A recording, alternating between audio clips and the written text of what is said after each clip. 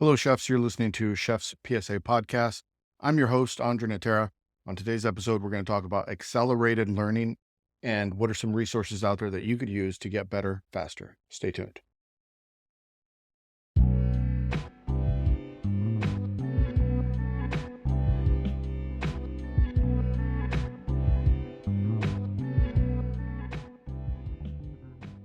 So before we begin, I should probably give you an update what I've been up to this past week. I did a little bit of traveling last week. I went to San Antonio. I ate at some really great restaurants. I don't know if anyone's ever been to the Pearl in San Antonio. That's, the culinary hub where all the restaurants are. So you have the Culinary Institute of America there, CIA. You have a lot of different restaurants. You have the Hotel Emma, which is a gorgeous hotel. I stayed there. Shout out to those guys. It's an old brewery that they remodeled and turned into a hotel. And it's really fucking stunning, if I'm being honest. I had a good time. I was chilling, lounging. Anyway, I went to two restaurants while I was there. I went to Ladino. Shout out to those guys. They took good care of me. Chef Kevin Fink, Tavel, great guys, great chefs. The food is on point. They recognized me when I walked in. So if you're listening to this podcast, shout out to you guys. I went in. See, when I go to restaurants, and I did this on Chef's PSA, I made a video on this not too long ago. When I go into restaurants, I like to sneak in, sneak out. I don't like, I don't want to fuss or anything like that. I just want to go in. I want to eat my food. I want to try it, and I want to go. So I was eating by myself really quick, and they recognized me. And so, the chef sent out a dish. So thank you, chefs, for sending that out. It was amazing. The food is really good. If you're in San Antonio, go try Ladino. After that, I went to Chuchu. I think that's how you say it. It's a French bistro, and it was really good. I wanted the classic, so I went in there and I had just a baguette with butter and lobster bisque. I was already full from the dinner right before. So anyway, lobster bisque was good. En croûte. That's the kind of food that I like. I like simple food done well, the classics. They had onion soup, they had lobster bisque. They had their confit de canard. Anyway, it was really good. I enjoy that area. And there's a ton of restaurants right there. So if people are in San Antonio, go check out the Pearl, go check out Ladino, go check out Chuchu, stay at the Hotel Emma, take some continuing education courses at the CIA. None of those people pay me, but I am open to money if you want to pay me. Anyway, I was down there to teach a class, and I was teaching a presentation on leadership, so I had a really good time. By the way, that wasn't a class that was open to the public. So for people that often message me and said, can I sign up for that class wasn't open to the public.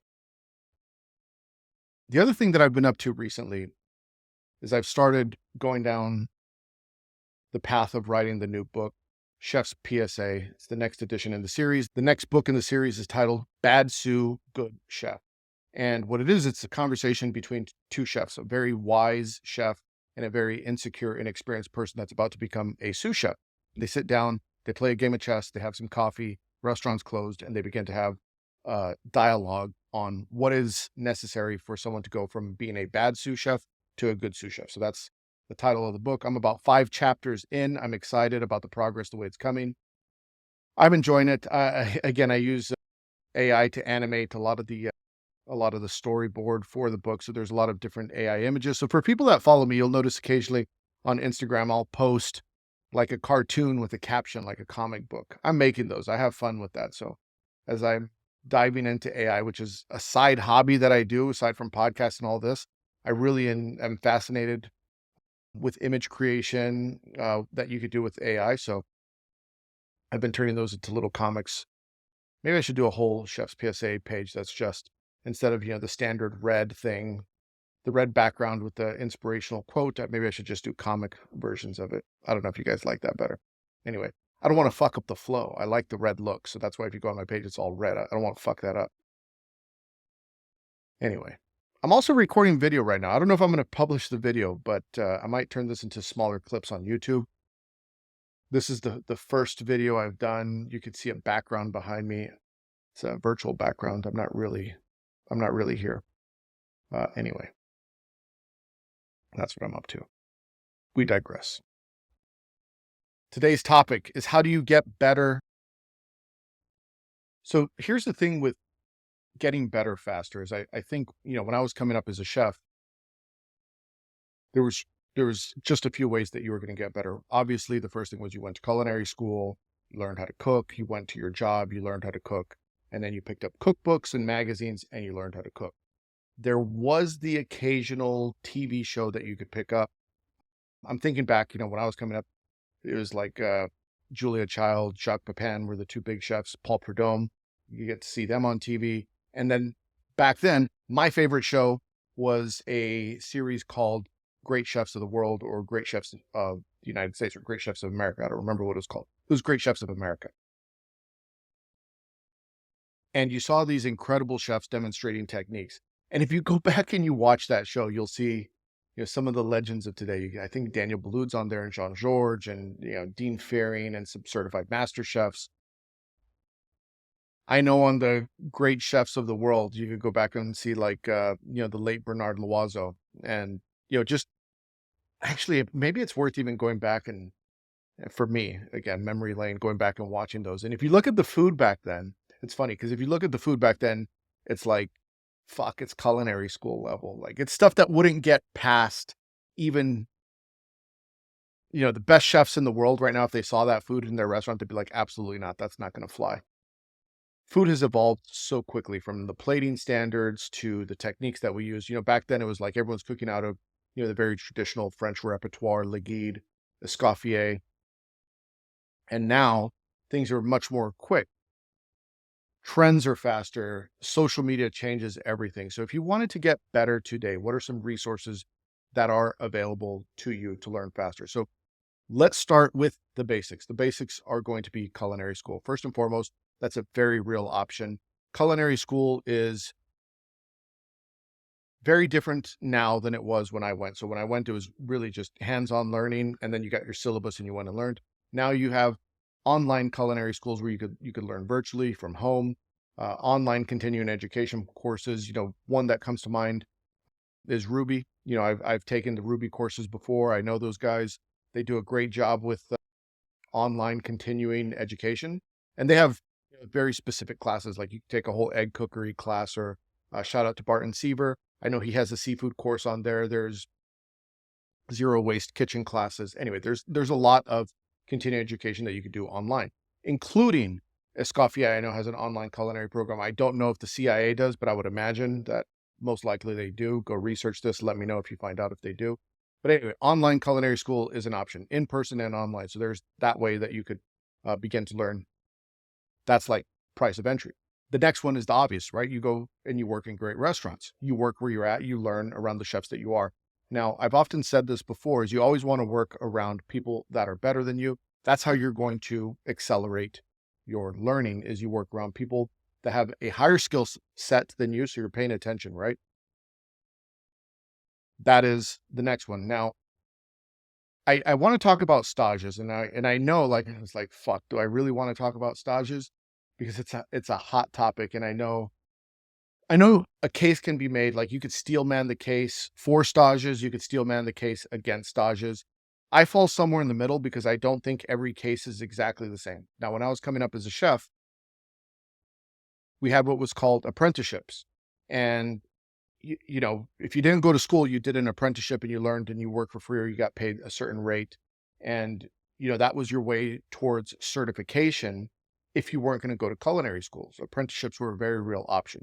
Stages fall in that same sort of line. When I was coming up, if you wanted to learn and you couldn't work in a restaurant and you happen to be traveling, I'll give you a good example. Let's say you're going to New York for something and you're not going to live there because it's too expensive, but you're there for 2 weeks on vacation. You might want to get in a quick stage at a great restaurant so you could pick up some new techniques while you're there. So maybe you eat in the restaurant the night before, and the next day you do a 2 or 3 day stage in the place so you could see those techniques. Now, the reason stages get a bad rep is because there are people that abuse the system. There's people that say, oh yeah, we need X amount of cooks, but we can only afford to pay X amount of cooks. So let's say we need 40 cooks, but we're going to take 20 of them that are paid and 20 of them that are free.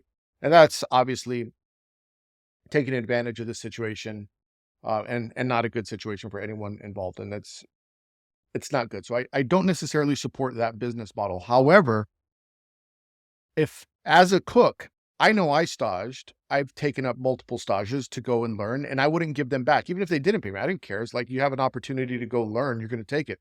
You pay for culinary school, right? And you don't know sometimes who those instructors are. And sometimes they're not even the best instructors, if I'm being frank.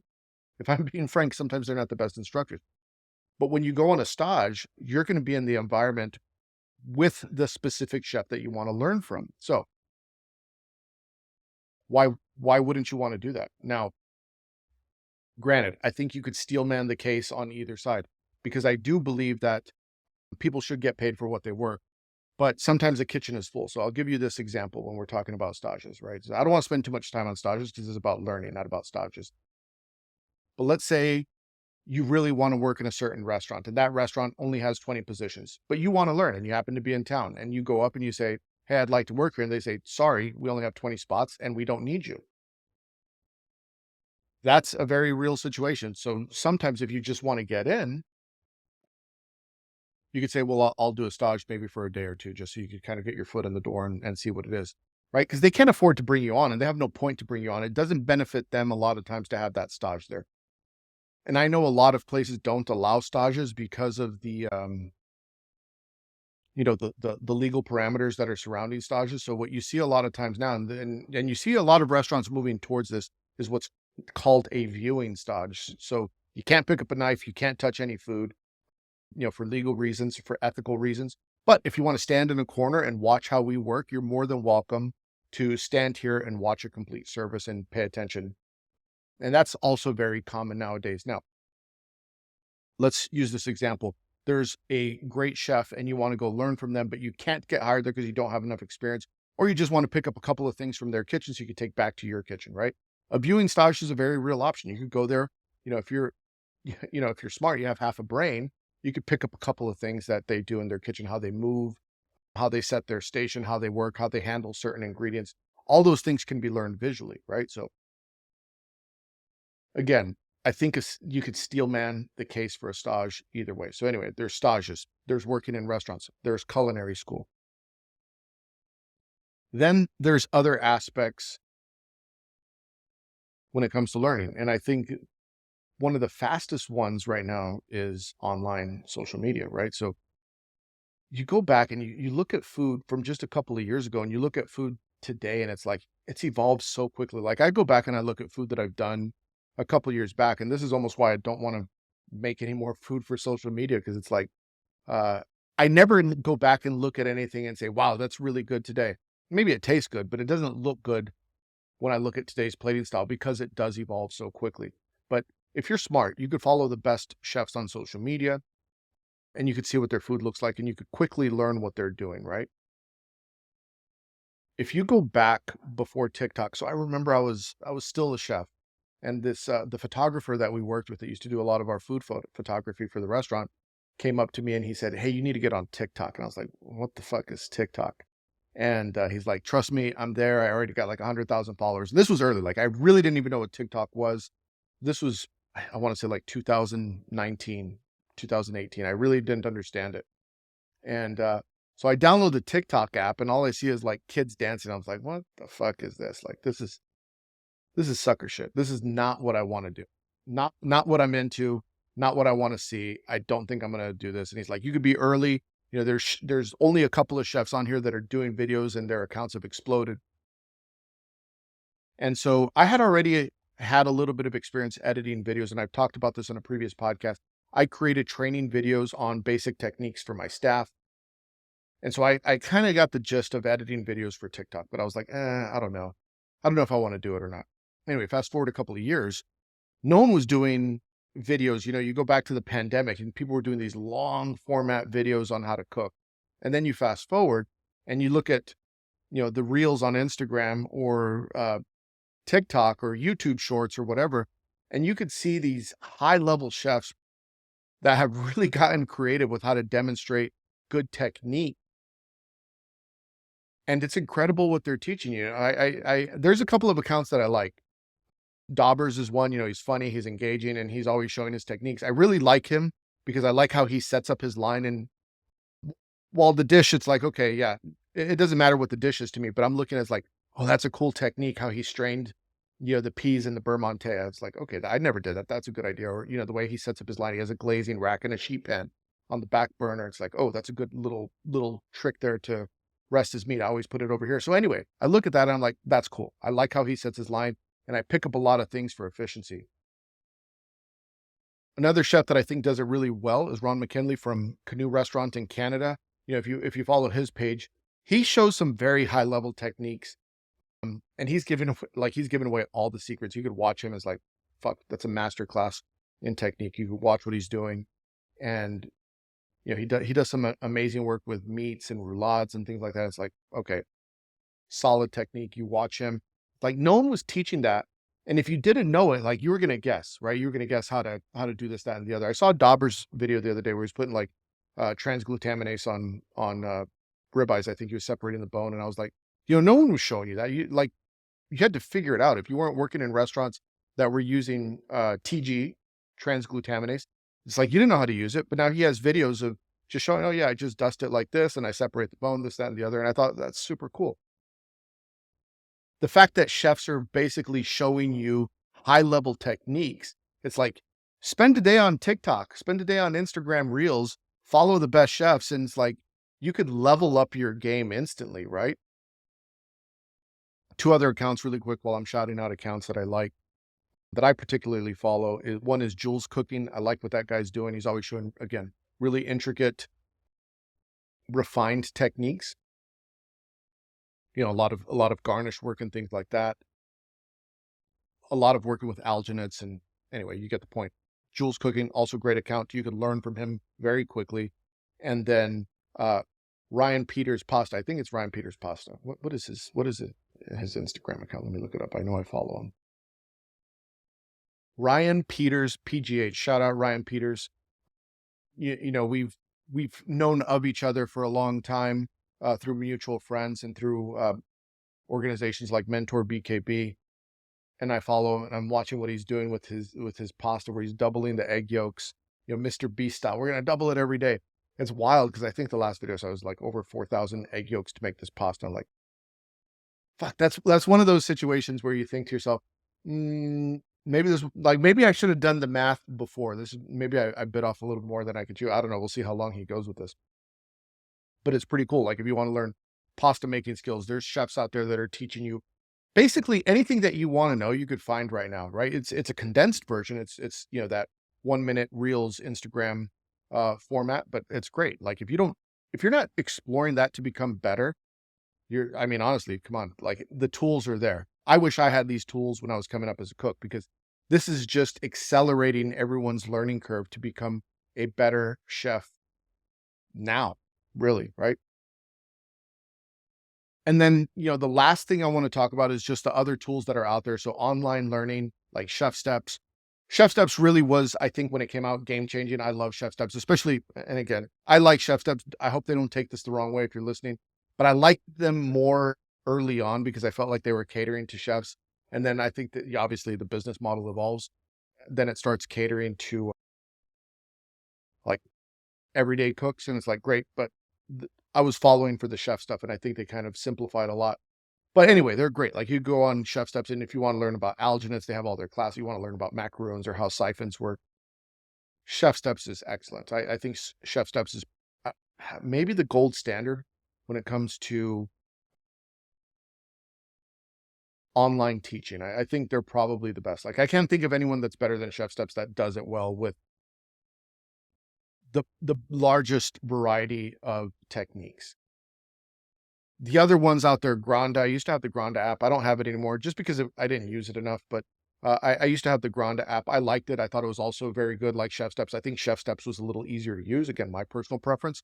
But I know a lot of people really like Granda. I didn't use it as much, but I also know that for what I was doing at the time, that type of food wasn't necessarily what I was very interested in. So that it also may have played a factor. So if I was very interested in that at that time, maybe I would have appreciated the app a little bit more. The other two that come to mind, one is Yes Chef, also very good. I had a subscription to that. I really enjoyed it. I went through all the classes. I thought it was very good. A lot of really good chefs on there. And then Masterclass, I think, is also not that they're necessarily specific for culinary, but Masterclass has some great culinary programs. Aaron Franklin, Thomas Keller, Gordon Ramsay, Dominic Crenn. I'm trying to think who else is on there. I think who else has a class on Masterclass? Anyway, a lot of chefs have class on Masterclass. You can learn bread baking. You can learn Mexican food. Anyway, I like Masterclass just because of the style of teaching.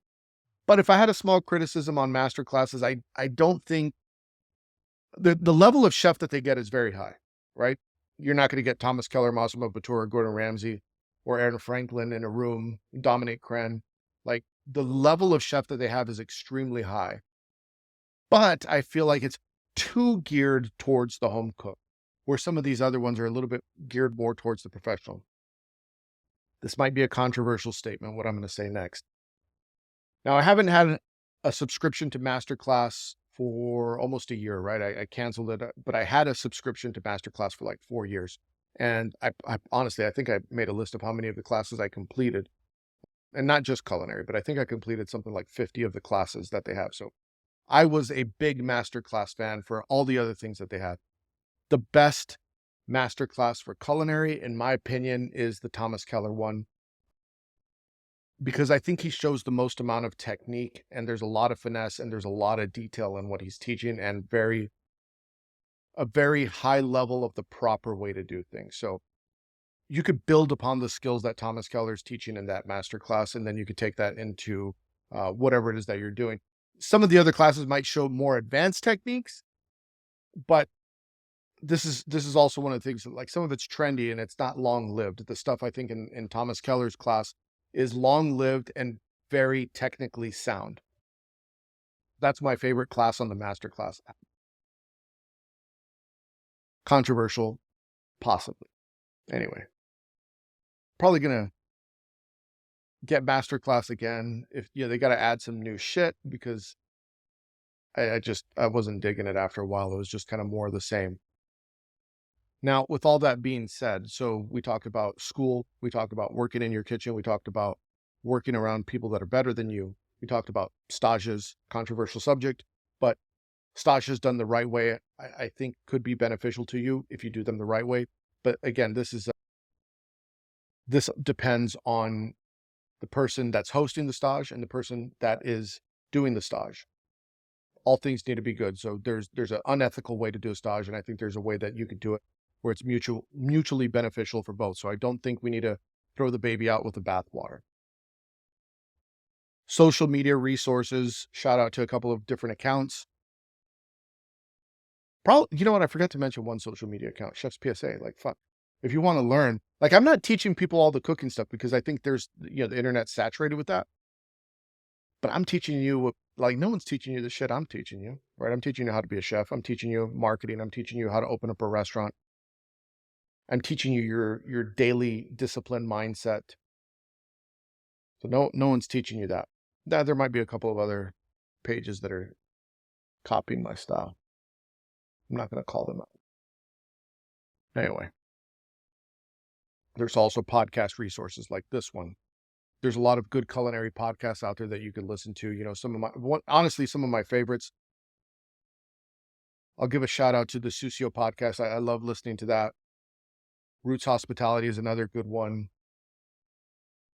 So anyway, I could go on and on. Flavors Unknown. There's a lot of really good chef podcasts out there. The Ultimate Dish, the Escoffier Culinary School podcast. I've been a guest on most of these podcasts. Line Cook Thoughts. Shout out to those guys. They do really good podcasts where they're educating people. But the most important thing when it comes to accelerated learning is that you have to have a curiosity for learning. That's really where it all begins. Learning isn't going to come to you. You have to meet it halfway. You have to go forward and you have to find these things. You have to seek out the information to learn it, right? And obviously now with AI, like, if you're even too shy to go out there and get the information, get yourself a subscription to OpenAI ChatGPT-4 and learn how to communicate with it and start answering your questions, right? All these resources are available to you. So if you are not learning, if you are not getting better, there really is no one else to blame. You have full responsibility. You're in the driver's seat. Anyway, we're going to wrap it up. Thank you all very much. You know what to do if you want to support the show. Make sure you leave 5 stars on Spotify or Apple or YouTube, wherever it is that you happen to be listening to this. Tell a friend, tell them to listen to Chef's PSA. Very important, right? I'm giving you good information. Help your friends out. Don't keep me a secret just to yourself. Don't be selfish. Go get the books I have right now, Culinary Leadership Fundamentals. That'll teach you how to become a chef. That'll teach you how to manage a kitchen. Kitchen Art of War. That teaches you strategy. Line Cook Survival Manual. That teaches you how to work efficiently as a line cook and how not to be the biggest idiot in the kitchen. Well, self-explanatory. That basically teaches you the unwritten rules of working in a kitchen. Go to Chef's PSA. You can get everything. And thank you very much. See you all next week. Hit the porno music.